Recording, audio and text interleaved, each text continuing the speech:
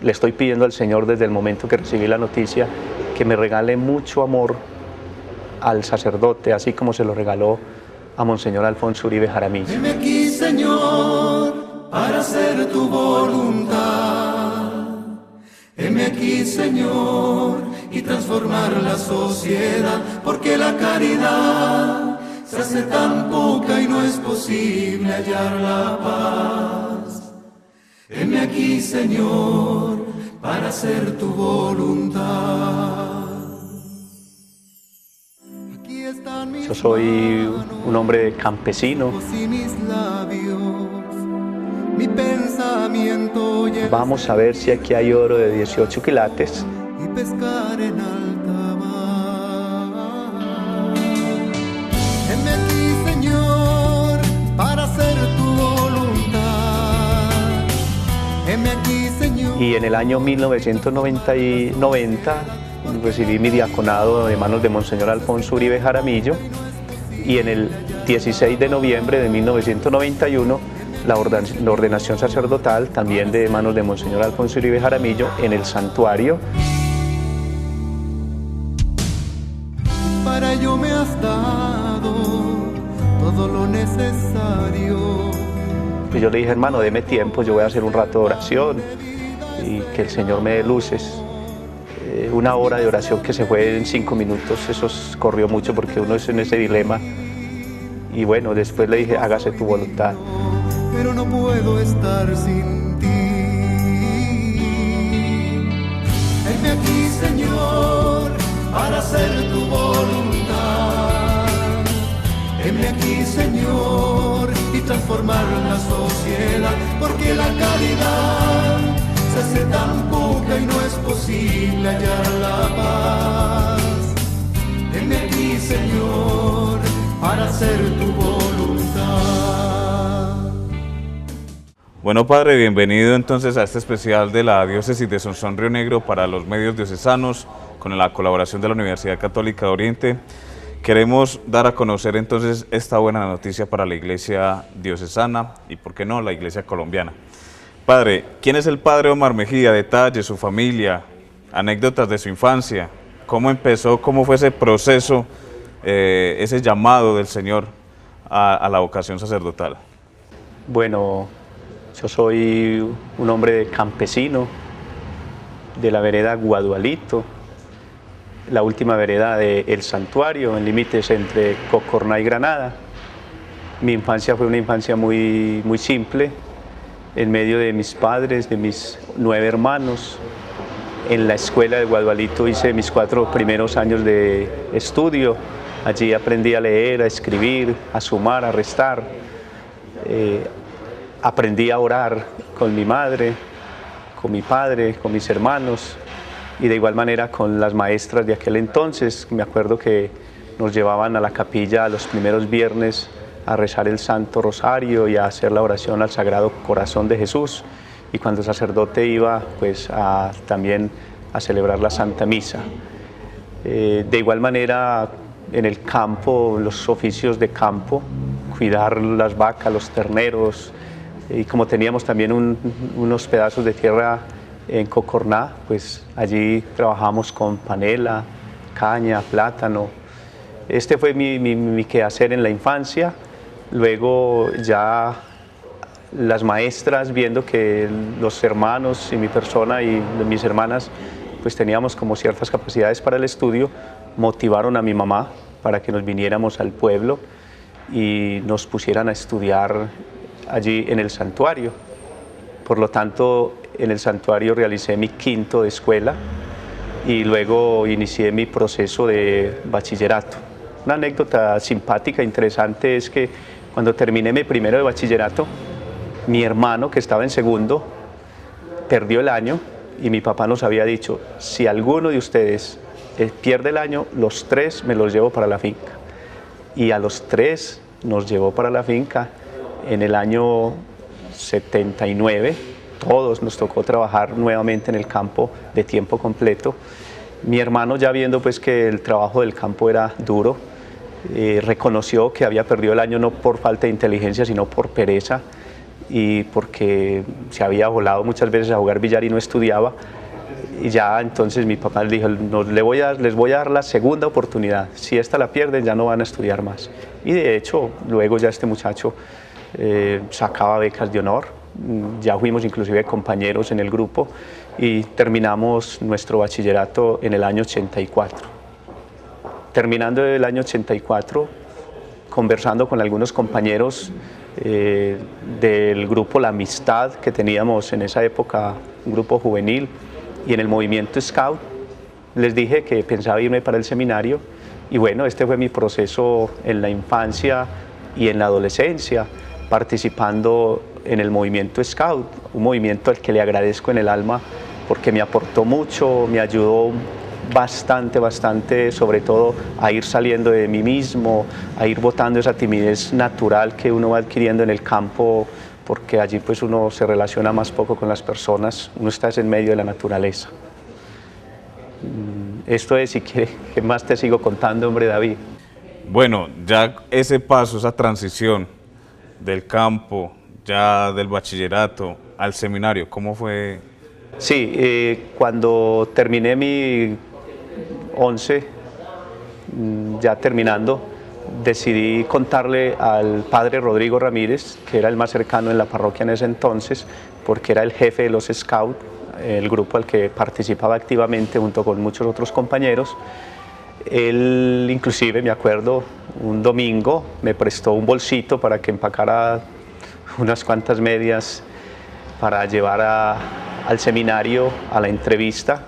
Llegué al frente de Villa Angélica, allí estaba Monseñor Iván Cadavid, el padre Iván Castaño.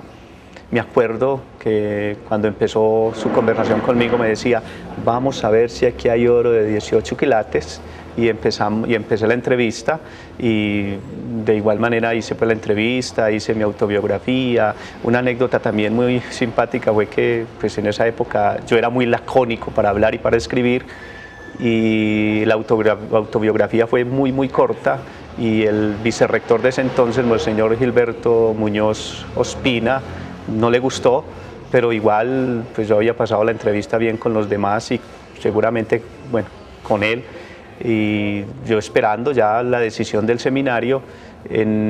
A finales de diciembre me llegó la carta ya de aceptación en el seminario, y el 4 de febrero de 1985 empecé este proceso de formación sacerdotal en el Seminario Nacional Cristo Sacerdote.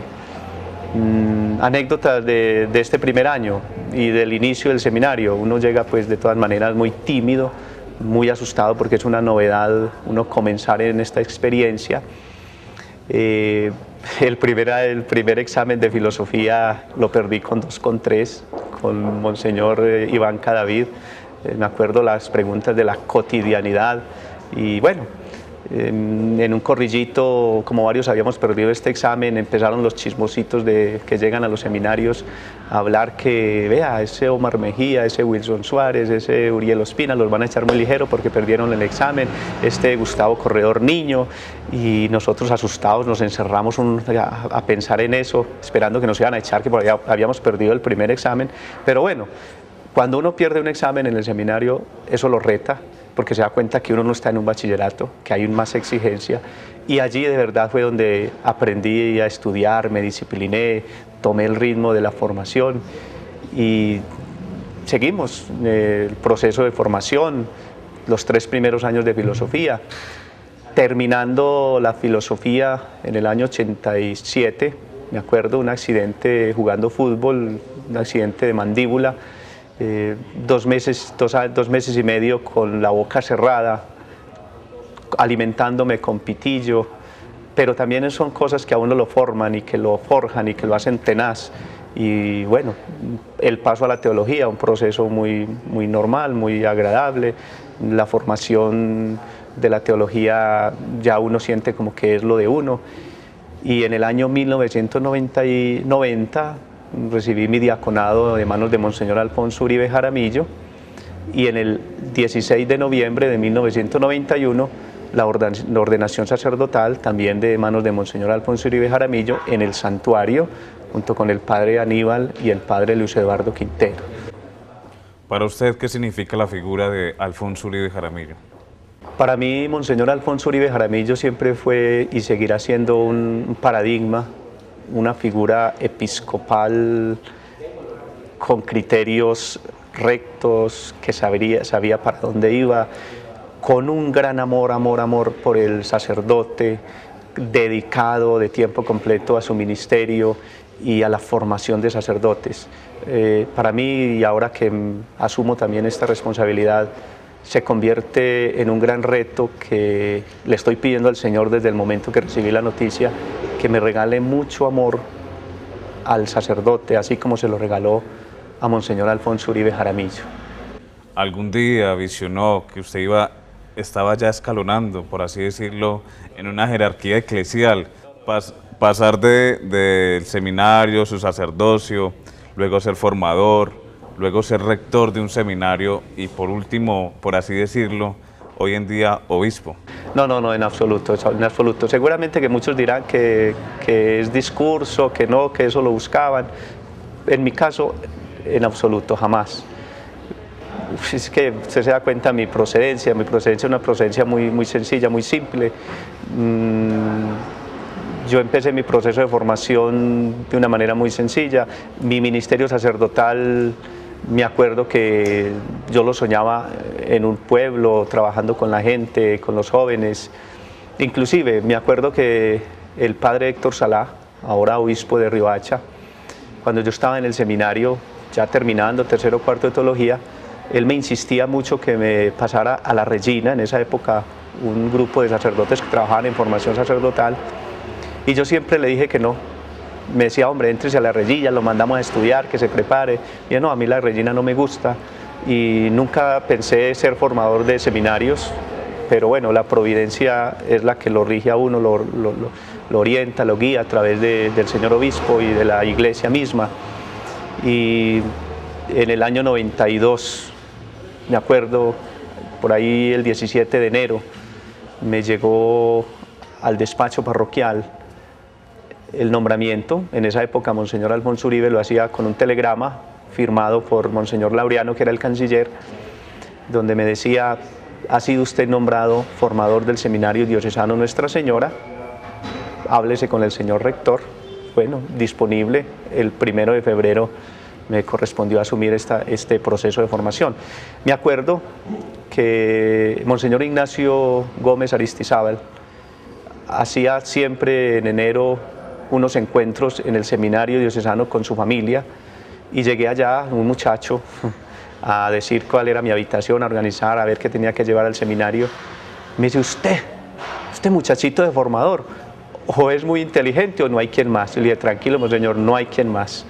Y bueno, allí empecé mi ministerio sacerdotal, 5 años en formación. Aproveché también para hacer mi licenciatura en Filosofía y Ciencias Religiosas en la Universidad Católica de Oriente.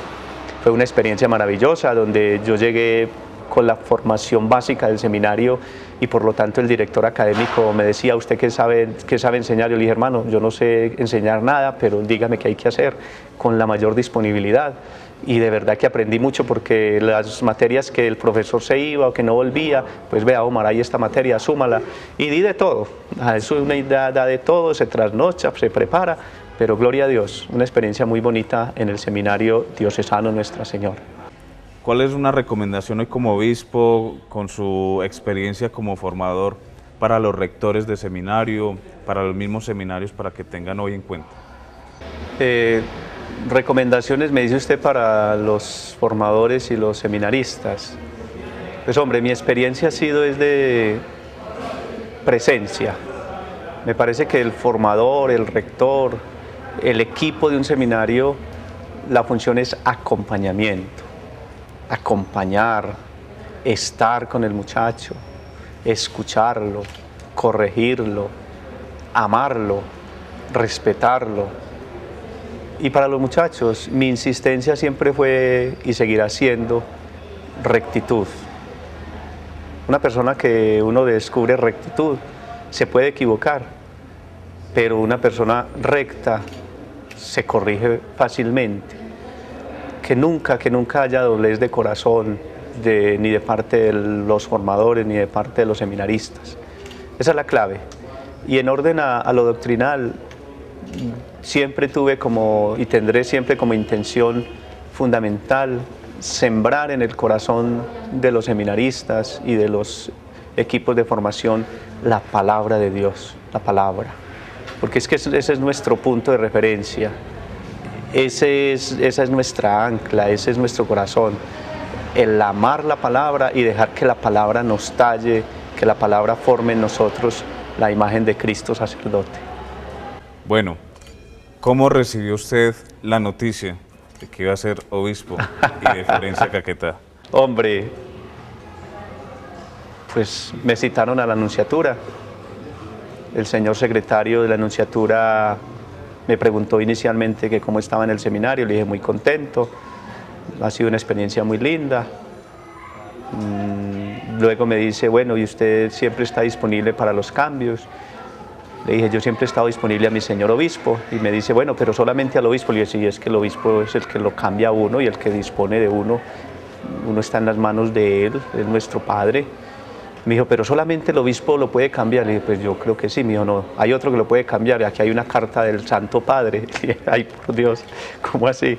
Y me entregó la carta, en donde el Santo Padre hace la exhortación, que acepte el nombramiento, que la gracia de Dios nunca va a fallar. Pues yo le dije, hermano, deme tiempo, yo voy a hacer un rato de oración y que el Señor me dé luces. Una hora de oración que se fue en 5 minutos, eso corrió mucho porque uno es en ese dilema. Y bueno, después le dije, hágase tu voluntad. Yo siempre le he predicado mucho a los muchachos y el tratado de Mariología siempre lo empecé con la respuesta del ángel a María, porque para Dios nada es imposible. Y esa fue la reflexión, la oración que yo hice en ese rato, y es la oración que sigo haciendo, porque es una experiencia de alegría. Claro, es la plenitud del ministerio sacerdotal, es un don de Dios, pero también da susto y es un reto grande, pero bueno, en las manos del Señor. Yo sé que no estoy solo. En la diócesis de Florencia hay un excelente equipo de sacerdotes que están comprometidos con este trabajo, que están siempre disponibles a la acción del Espíritu. Y la información que he tenido de esta diócesis, de hecho los padres que vinieron la semana pasada me dieron un buen informe. Sé que será un reto, pero bueno, Monseñor Arturo Correa Yepes me decía, mi hijo, adelante, que uno hace lo fácil y Dios hace lo difícil, Dios hace lo imposible. Lo de la Virgen María, porque para Dios nada es imposible. ¿Qué conoce usted de Florencia Caquetá, de la comunidad en la cual usted va a pastorear? Conozco la información que he recibido a partir de este momento y unos seminaristas que se forman en el Seminario Cristo Sacerdote desde hace algunos años.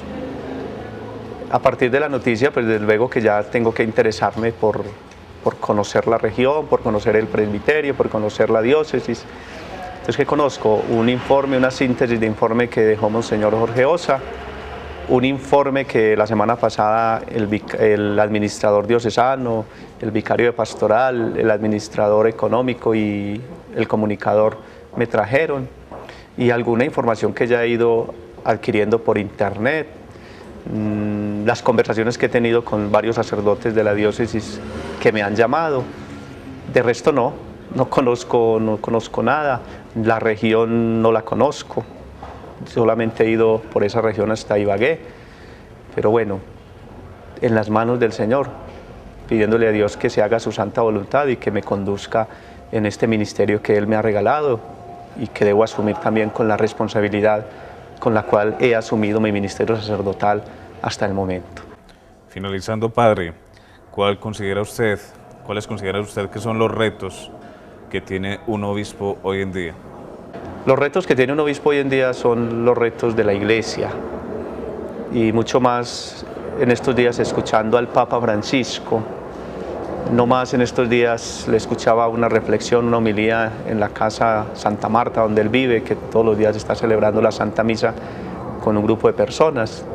Decía que el poder de la iglesia era el servicio y que cuando a alguien lo llamaban a este tipo de servicios y de ministerio, era para crucificarse con Jesús.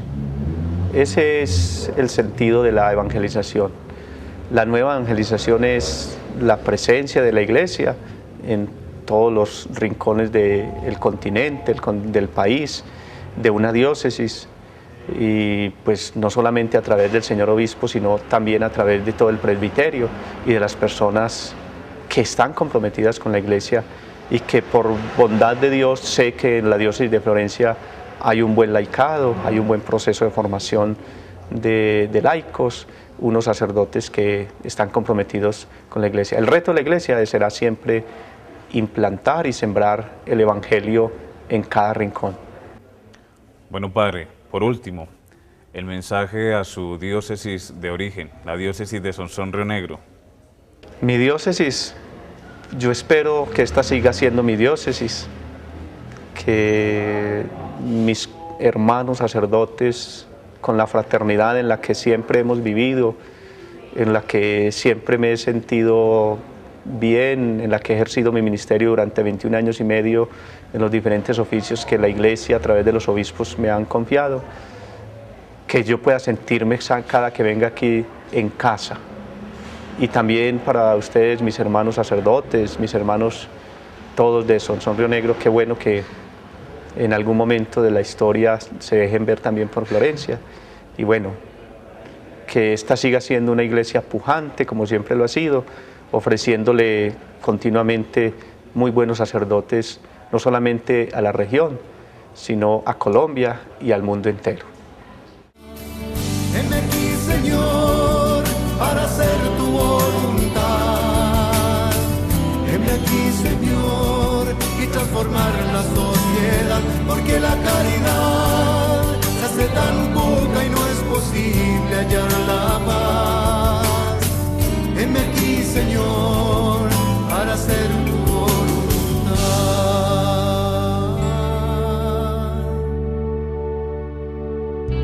Heme aquí, Señor, para hacer tu voluntad.